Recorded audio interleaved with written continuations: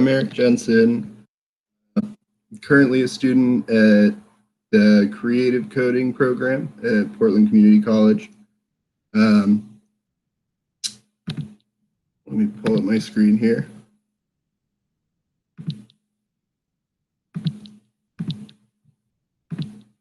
So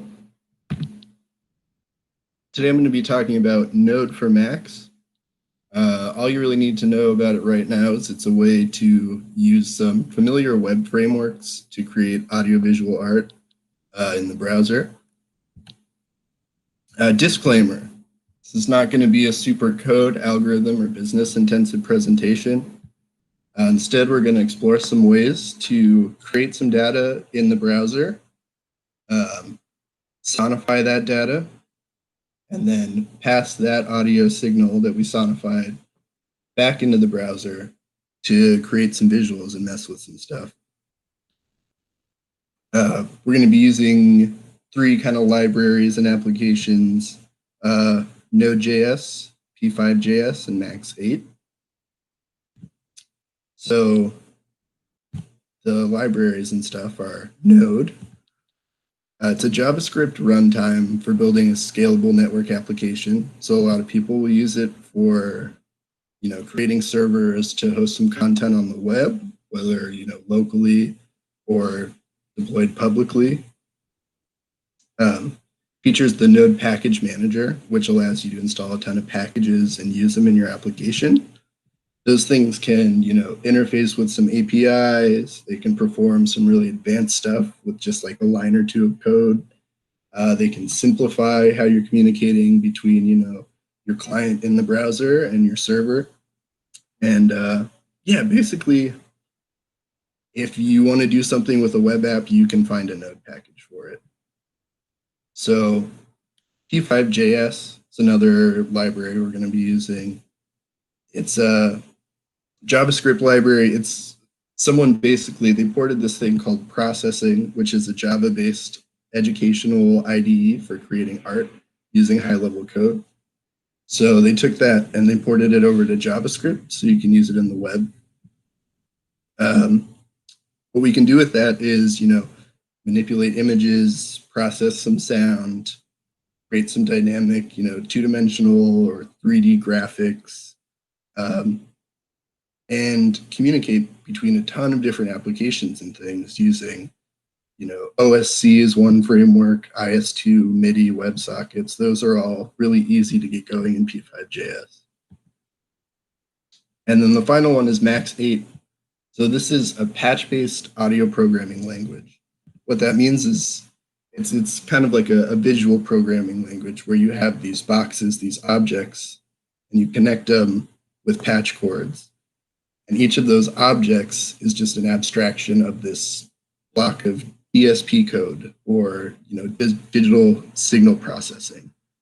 So that makes it really easy to manipulate audio really simply. And what recently got rolled out for Max8 is this Node script object, which basically allows you to have a Node runtime environment within the Max application, which means you can host a server locally right out of Max, which is really interesting, and we'll get into that soon. So, first example I whipped up for today. It's nothing too intense, but it's just kind of showing the basic workflow for getting these things from the browser into Max and back into the browser. So I guess I'll just show you first,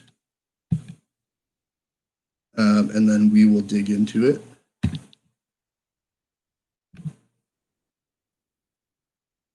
So this is Max that I'm opening right now. This is a patch I created. So inside of this Node script object, I have a simple Node.js server. And I'll explain what that's doing. So I'll start the process. It's running. And so this is hosted locally. on port 3000, so I can just go there in the browser and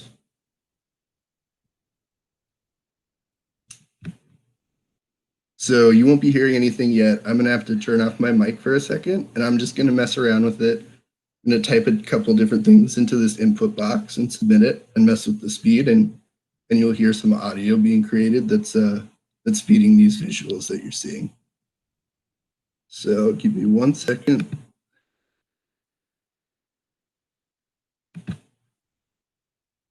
And if you're not hearing my computer audio, just throw it in the chat once I switch over.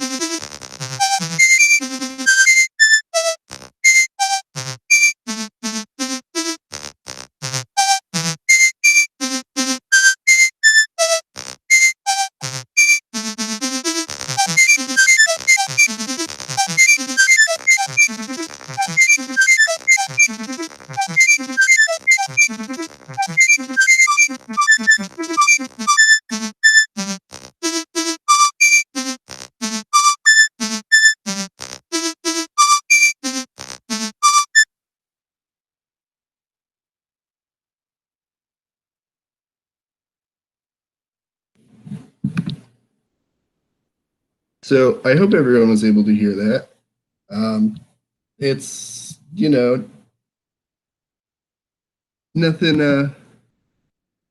nothing too crazy or intense, but I will get into what it's actually doing right now.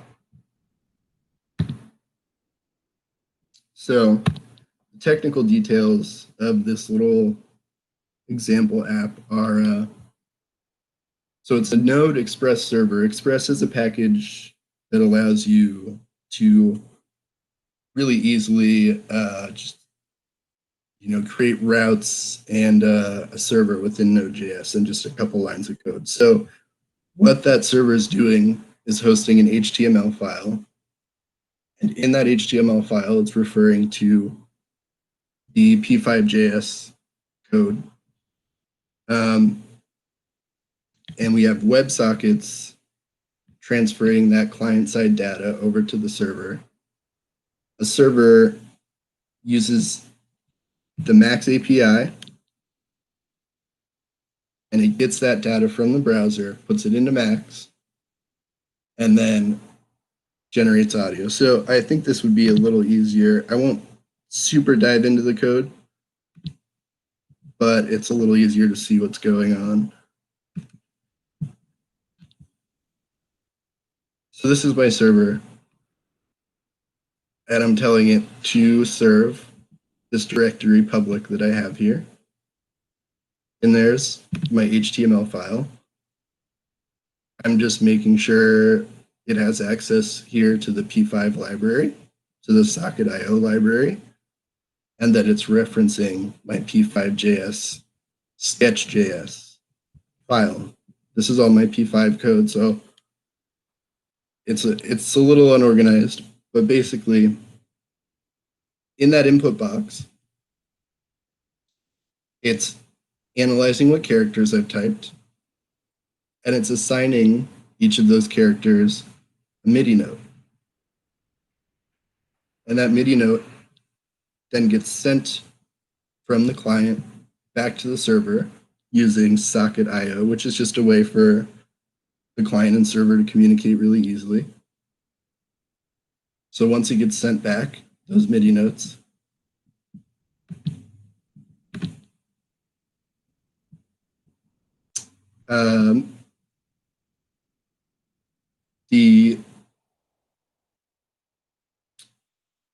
they're being received here and sent out to Max. And what that looks like in Max is just this outlet out of the node script object. So right here, you'll see that's the list of MIDI notes that was generated from the last thing I typed in to the text box. And it's just cycling through these notes one by one. And and applying those pitches to a really simple synth. So that's kind of the flow for getting things from the client into Max. And then coming out of Max, we just have these. This is called a bang. It's basically a representation of an on or off state. So if this lights up, we get an on state. That'll pass back into the server. Be received here through this event. And from there, it's going back into p5.js, where right here on the beat message, it creates a sprite, which is basically just a single instance of this sprite class, these circles here. So every time it steps to a new MIDI note, it sends a message back to the web saying, create a new circle with a random color and a random position, and then cycle through this animation where they shrink and lose opacity. So this might be a little easier to understand now. So node server hosts an HTML file with the p5.js code. WebSockets transfer that p5.js data over to the server into Max, and it creates music. Max then sends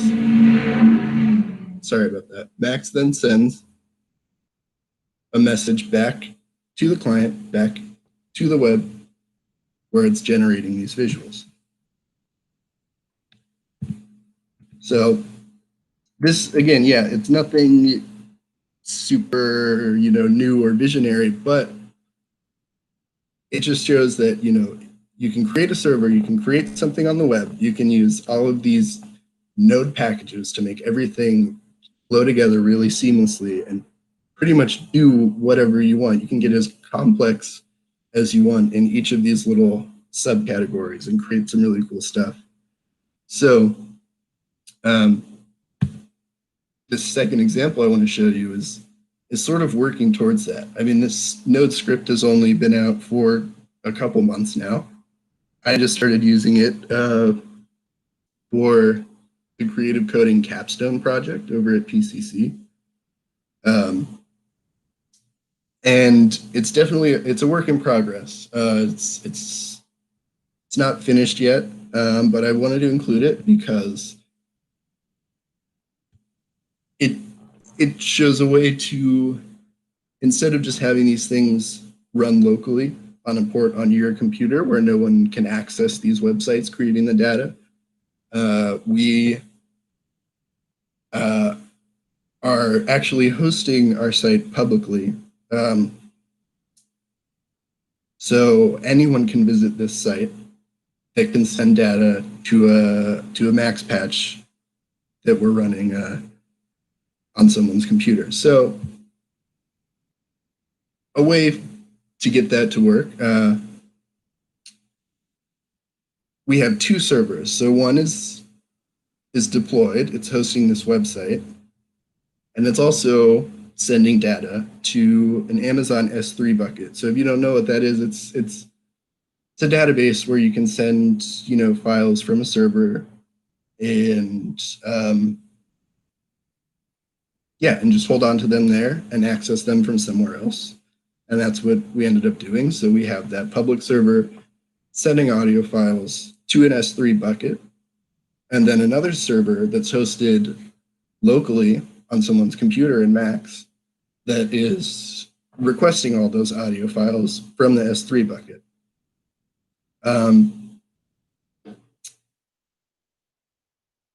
So yeah, that's one way that you could, make this more interactive and more accessible to the public. An issue that we've run into and that you might run into is that you can get that data into the Max server, but the audio will be local on whatever computer is running Macs. So the solution I think that we are going to roll with is just, using some sort of broadcasting service to get that audio that's being generated from that local computer. We're going to just use Twitch and have a Twitch stream going 24/7 and embed that audio onto our public site. I mean, I'm sure if you're experienced with like the whole streaming framework for JavaScript, there's total possibilities for doing that as well. But yeah, public hosting, I think that's going to be something that can be used to a lot of people's advantage with Node for Macs and all of these audiovisual techniques. Another thing that we are using Node for Macs for in that project is Internet of Things, in the sense that pretty much anything you can connect to the internet and send data to the internet with, you can find a way to receive that data in Macs with this Node for Mac stuff. So we're using a couple microcontroller devices that are super interesting. There's Raspberry Pis and particle photons, so the particle photon, it's similar to an Arduino, but it's Wi-Fi enabled. So you're able to program the device from the web. You're able to send and receive variables, functions, all of these different things from this Wi-Fi device. So we're using that we're hooking sensors up to these things, microphones, sending all of this data from just a tiny little device onto our computer and then onto the web. So yeah, I mean, that's pretty much it. I just hopefully wanted to kind of inspire some people, present this workflow as a way for doing cool things with audio and visuals and Macs on the web. Both the GitHubs for these examples are public. You're welcome to go check them out and work with them. And I got some references as well. I'll post this presentation on the GitHub as well, just if you want to refer to it at all. But yeah, that's it. If there's any questions, I'd be happy to hear.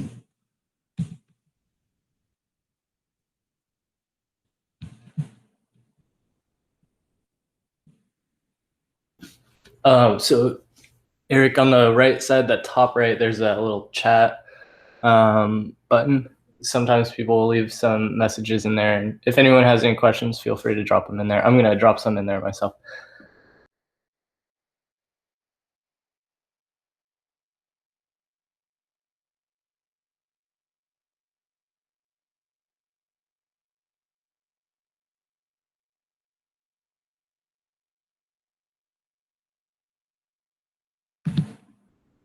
All right, so someone asked if I could explain what Macs is a little bit. Yeah, definitely. I'd be happy to.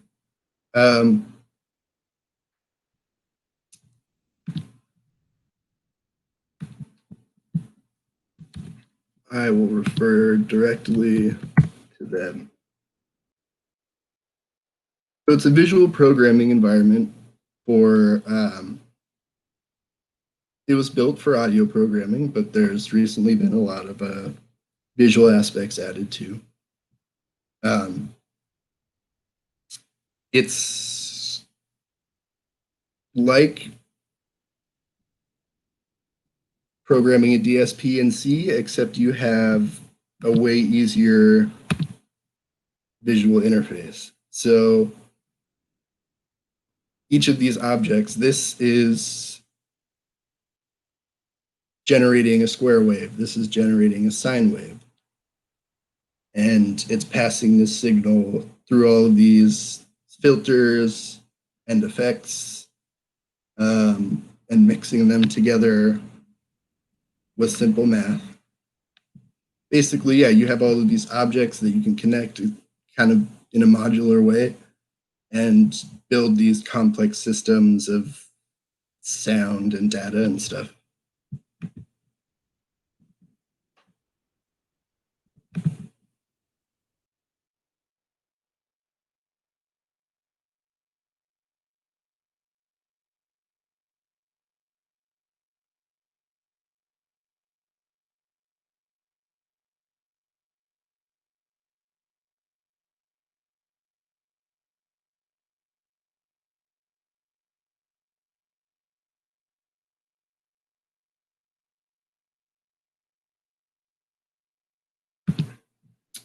So some other ways, yeah, someone asked, what are some other ways you could input data instead of a text input? Basically, any sort of data that you can send from the web to a server, you can then just outlet straight into Max. You know, I've done arrays of numbers. I've used live OSC from sliders, which is open sound control, basically, you know, a live readout of a slider to influence sound in Max. Yeah, basically any sort of data that you can send to a server, you can use that directly into Max in any way you please.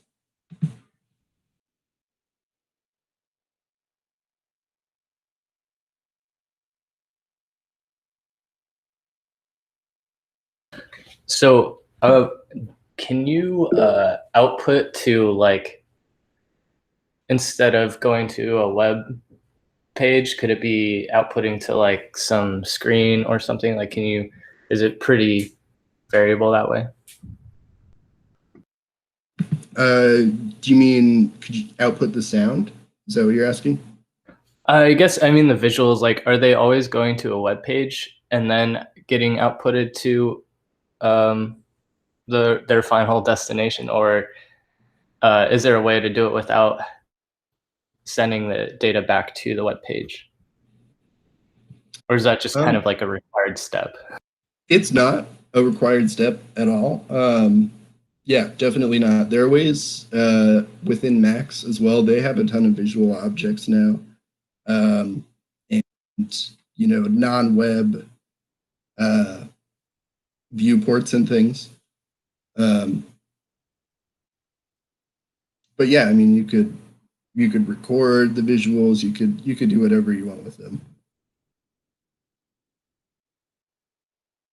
Awesome, thanks.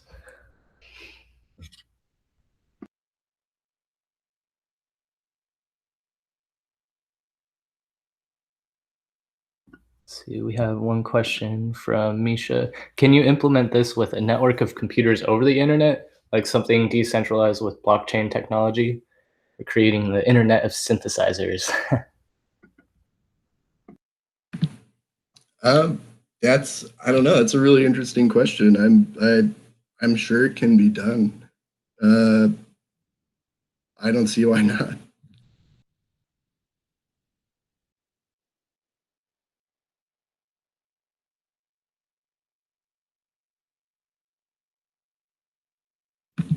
Basically anything to expand on that. Basically anything you can, you know, encode as bits, you can get that as raw data into Max and expand on it, do whatever you want with it, basically.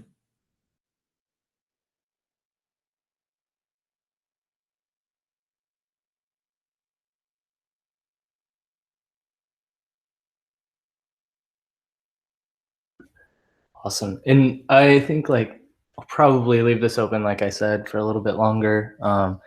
Doesn't look like there's many more questions in chat right now. Oh, yeah. One more from Misha. Sorry.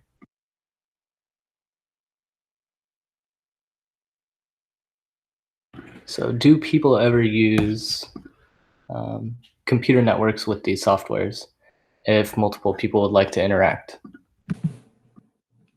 Definitely. I can't think of any really specific examples. I mean, I know I've seen a lot of uses of basically that. I mean, people having a network of, microcontrollers around a room that are all communicating with each other and maybe, sending the position of an object in 3D space in that room back to the computer via that network of different sensors.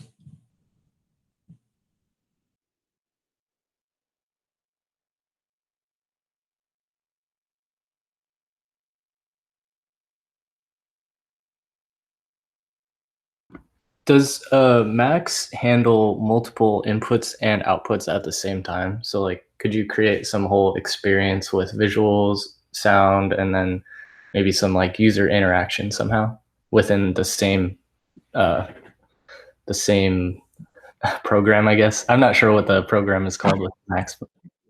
Yeah. Yes, definitely. You can use as many inputs, outputs, whatever as you want. It's yeah.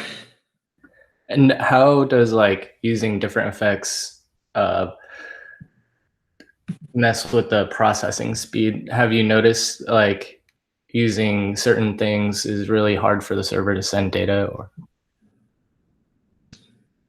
Server wise, I mean that just comes down to uh, how you're handling, how you're handling requests.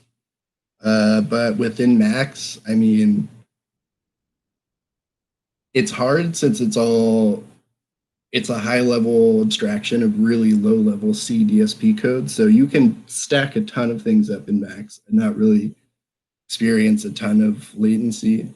But yeah, server wise, that all just comes down to your request speed, however you're hosting it. And in the chat, someone asked if the p5.js libraries are pretty extensive. Yes and no. You definitely don't have the same amount of freedom you would have working with these, like with vanilla JS. I mean, you have a lot more control, but it's also a lot more complicated. With p5.js, it's a sort of extensive library, but with all of those tools, there's tons of things you can do. Daniel Schiffman on YouTube he has a ton of tutorials on this stuff, all about creating art and data visualization and all this stuff with p5.js. It's a really good reference to check out if you're interested in p5.js. And that's Daniel Schiffman.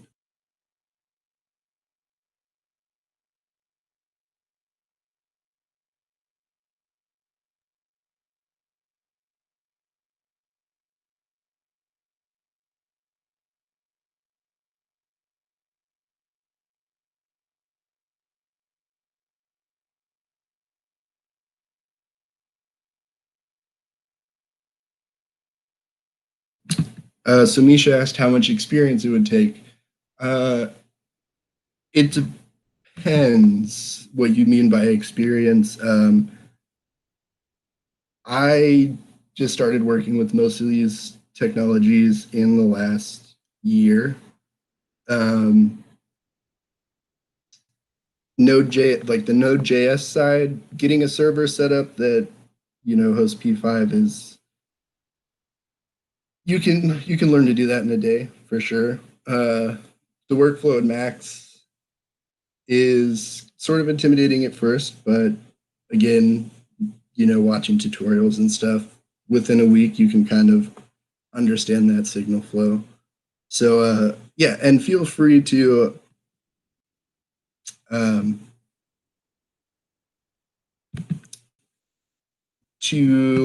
check out this GitHub repository. I'll link it in the chat. It's the source code for that example you're referring to, Misha.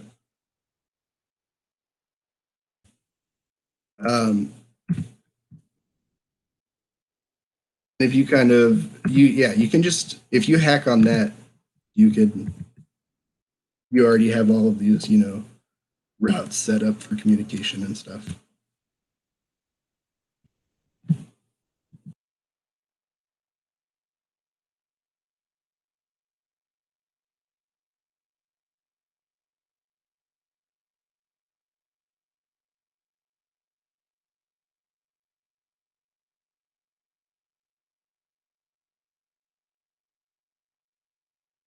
All right. Questions are slowing down. Yeah, I'm gonna leave this open. We will have a video up later on YouTube, so I will be sure to post that on our social media accounts. But feel free to hang out, guys. I'm gonna go ahead and stop the recording. Erik, thank you very much for coming and doing this talk today. This is some really interesting stuff. Yeah, totally. Thank you for having me. Thanks everyone for making it out.